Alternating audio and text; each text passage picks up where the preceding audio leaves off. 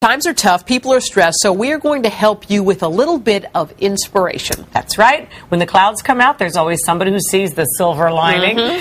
Well, best-selling author and motivational speaker Marcus Buckingham says, use this time as an opportunity for personal growth. He's the author of a new book called The Truth About You.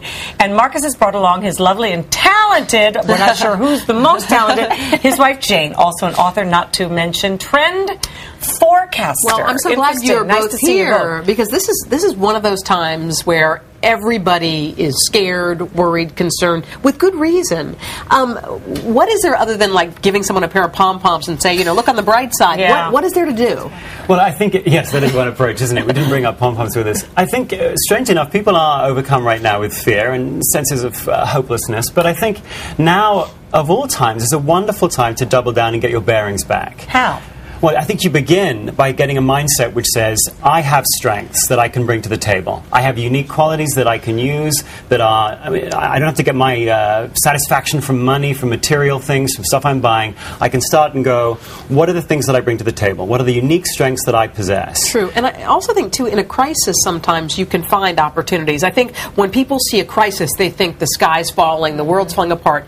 But, Jane, you say that there are little things that you can take away. Absolutely. You know, typically when people don't have a lot of money to spend, they start spending time together, which is actually great. There's a new idea. You know, it's funny. Isn't it? And, you know, you see some twists on the way they're spending their time. A lot of board games, traditional board games, are actually going online. So Wii is doing, I think it's Boggle and Monopoly for the Wii. So, you know, kids who like to play video games, they can actually do it as a family. So they play it online. Or, you know, if you want to save money, you can. There's a site called Hand-Me-Downs, which actually it's like classifieds for moms, so they can save money by buying gently used strollers or clothes online, so you don't have to spend as much money. It doesn't have to be brand new. It doesn't have to be brand new. Exactly. So you can sort of find ways to spend money or save money when you're online.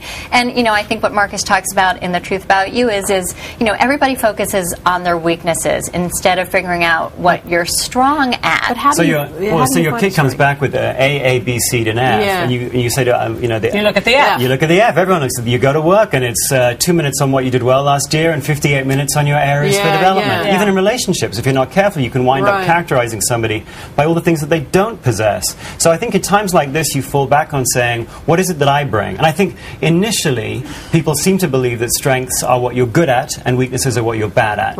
And if that's true, you probably aren't the best judge of your strengths. But actually, your strengths are those activities that make you feel strong. Because we've all got things that we're quite good at that we hate.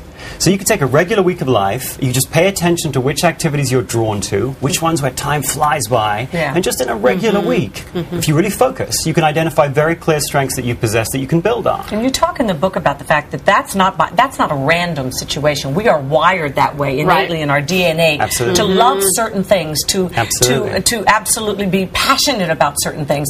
And where your passion is where your real work should be. Otherwise, you're going to be pretty darn miserable if you're not doing what you love every day. You spend 40, 50, 60 hours a week doing whatever your work is. And now of all times, I mean, people are worried at work, and so they start wondering about maybe I should get to build my network outside just in case I lose my job, and you start looking outside of your work. You shouldn't do that at all. Now of all times is a time to double down on your work, to stay focused.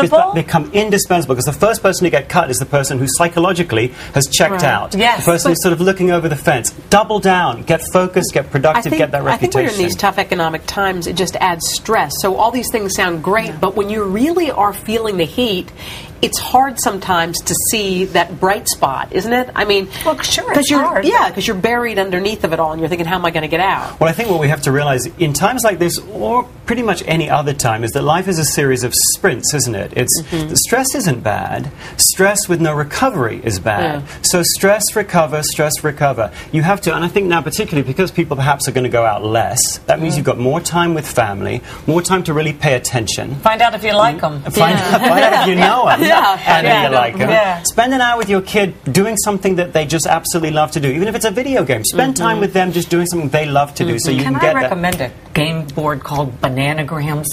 You love that one. That's my favorite one. Bananagrams. We got to play it sometime. It's so much fun. Thank you very much for being here with us. Thank you. Nice seeing both of you. Again, the book is The Truth About You. And we'll be back with more of Today right here on NBC.